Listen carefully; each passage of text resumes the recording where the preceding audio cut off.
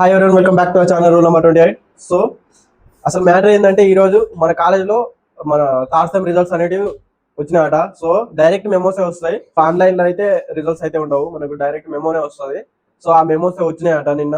And కొన్ని department వాళ్ళకి ఇచ్చారు కూడా, లైక్ కెమిస్ట్రీ డిపార్ట్మెంట్ వాళ్ళకు ఇచ్చారు. అయితే మా ఫిజిక్స్ వాళ్ళకి ఈ రోజు ఇస్తారేమో అనిపిస్తుంది నాకు. సో నాకైతే కొద్దిగా భయం అనిపిస్తుంది, ఎందుకంటే ఈ సెమ్ నేను సరిగ్గా రాయలేదు. చూద్దాం ఏదైనా సబ్జెక్ట్ పోతుందా మరి ఎట్లా. లైక్ మనం చేసిందంతా వన్ డే బ్యాటింగే. సో చూడాలి ఎలా అవుతుందో ఏం కాదో. సో ఇక్కడ పీజీకి వచ్చిన తర్వాత నుండి నేను చదవడం మీద అంతా కాన్సన్ట్రేట్ చేయలేదు. సో మనకి యావరేజ్గానే వస్తాయి మార్క్స్. బట్ నాకు తెలుసు నేను ఒకవేళ నేను కాన్సన్ట్రేషన్తో చదివితే మంచి మార్క్స్ వస్తాయని. సో ఏం లేదు, మనము ఒకవేళ మంచి మార్క్స్ స్కోర్ చేయాలంటే మనం ఎక్కువ టైం స్పెండ్ చేయాలన్నట్టు, లైక్ చదువుతూనే ఉండాలి. సో అప్పుడైతే మనం ఎక్కువ మార్క్స్ స్కోర్ చేయొచ్చు. అంతేగాని మనం ఎక్కువ టైం స్పెండ్ చేయకుండానే మనకి ఎక్కువ మార్క్స్ రావాలనుకోవడం అది ఓవర్ కాన్ఫిడెన్స్, లేకపోతే అది అసలు కాని పని. కొంతమందికి వస్తాయి. సో మళ్ళీ కలుద్దాం మన క్లాస్ లో, ఆయన చూద్దాం రిజల్ట్స్ ఎలా వచ్చినాయో. సో మార్నింగ్ అయితే చెప్పినా కదా మన థర్డ్ సెమ్ రిజల్ట్స్ అనేవి వస్తున్నాయని. సో ఈ రోజు అయితే కాలేజ్కి వెళ్ళినా, అండ్ ఆఫ్టర్నూన్ వరకు క్లాసులు జరిగినాయి. అండ్ దాని తర్వాత ఆఫ్టర్నూన్ సెమ్ రిజల్ట్స్ అనేవి ఇచ్చారు, అంటే మెమోస్ ఇచ్చారు డైరెక్ట్. సో మెమోస్ ఉంటాయి, డైరెక్ట్ తీసుకున్నాడు, డిపార్ట్మెంట్కి వెళ్ళి తీసుకోవాలి అక్కడ సైన్ చేసి. అయితే అక్కడ ప్రాబ్లం ఏమొచ్చిందంటే మా ఫ్రెండ్స్ చాలా మంది ఐడి కార్డు తీసుకెళ్ళారు, అండ్ నేనైతే ఐడి కార్డు తీసుకెళ్ళలేదు. సో నేను అప్పుడు చూసుకుందామని ఉండే, ఇంకా భయం కూడా అనిపించింది, బాగా భయం అనిపిస్తుంది, మళ్ళీ చూసుకుందాం అనిపిస్తుంది. నేను అడిగిపోయి చూస్తే ఆ మేడం ఏమో ఐడి కార్డు తీసుకురావాలని అన్నది. సో ఖచ్చితంగా తీసుకురావాలంటే ఇక నేను చూసుకోలేను, ఇక అప్పుడు చూసుకోలేను, మధ్యాహ్నం చూసుకోలేను, మా ఫ్రెండ్స్ చూసుకున్నారు చాలా మంది.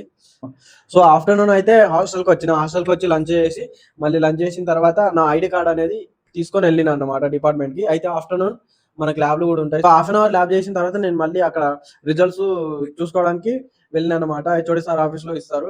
సో ఆడికి వెళ్ళిన అప్పుడే కొద్దిగా భయం అనిపిస్తుంది. ఒక్క సబ్జెక్ట్ మీద నాకు కొద్దిగా డౌట్ ఉండే. అండ్ ఆడికి పోయినా, ఇక పోయి సిగ్నేచర్ పెట్టినా, అండ్ సిగ్నేచర్ పెట్టి తీసుకున్నాను అనమాట. అయితే ఇక భయం అనిపిస్తుంది ఒకటేసారి.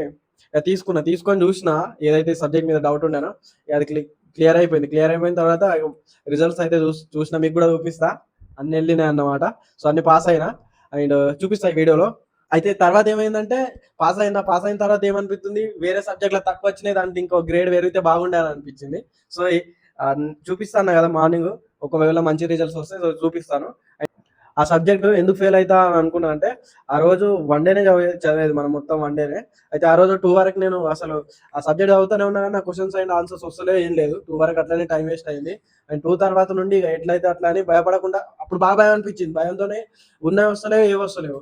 ఇక తర్వాత ఏమైందంటే ఇక ఎట్లయితే అట్లా ఎన్ని వస్తుంది అన్నని 2 నుండి స్టార్ట్ చేసిన మంచిగా కాన్సన్ట్రేషన్ పెట్టి. అండ్ 2 నుండి మార్నింగ్ 6 వరకు చదివిన అన్నట్టు. మార్నింగ్ 6 వరకు చదివి మళ్ళీ ఫ్రెష్ అప్ అయ్యి టిఫిన్ చేసిన తర్వాత మళ్ళీ స్టార్ట్ చేసిన. అండ్ ఎగ్జామ్ రాసేంత వరకు నేను చదువుకుంటూనే ఉన్నా. అండ్ మన డిపార్ట్మెంట్కి పోయిన తర్వాత రివిజన్ చేస్తాను నేను ఎప్పుడైనా సరే. అండ్ ఇక్కడ కూడా టైం ఉంటే రివిజన్ చేస్తాను. మాక్సిమం క్వశ్చన్స్ ఇక్కడ చదువుకోవడానికి ట్రై చేస్తాను. అండ్ రివిజన్ డిపార్ట్మెంట్కి వెళ్ళిన తర్వాత నేను జస్ట్ చూసుకుంటా. అండ్ ఏదైనా ఫార్ములాస్ ఇట్లా ఉంటే రాస్తాను అన్నమాట. సో అందుకే నేను కొద్దిగా ఆ సబ్జెక్ట్ మీద డౌట్ ఉండే, బట్ దాంట్లో కూడా మంచి గ్రేడ్ వచ్చింది. సో అది ఎందుకు వచ్చిందో నాకు తెలుసు ఖచ్చితంగా. ఎందుకంటే మనము రైటింగ్ అనేది మంచిగా ఉండాలి. మన రైటింగ్ మనకు ప్లస్ పాయింట్ అన్నట్టు. ఎవరికైనా సరే, ఎవరైతే తక్కువ డేస్ లో ప్రిపేర్ అయ్యి మంచి మార్క్స్ స్కోర్ చేయాలంటే ఖచ్చితంగా మనకు రైటింగ్ ఉండాలి. సో నేను ఎప్పుడు నా అంత చదివే వాళ్ళని చూసి నేను ఎప్పుడు భయపడలేదు, ఎందుకంటే నాకు తెలుసు నా దగ్గర ఒక వెపన్ ఉన్నది, అదే హ్యాండ్ రైటింగ్. అయితే ఎవరిదైతే హ్యాండ్ రైటింగ్ మంచిగా ఉంటుందో వాళ్ళకి ఎక్కువ స్కోర్ చేసే అవకాశం ఉంటుంది. ఒకవేళ నా అంత మంచి చదివి మళ్ళీ అతని హ్యాండ్ రైటింగ్ కూడా మంచిగా ఉన్నది అనుకోండి, సో అప్పుడైతే మనం ఎక్స్ట్రా ఎఫర్ట్ అనేది పెట్టాల్సి ఉంటుంది మన సైడ్ నుండి.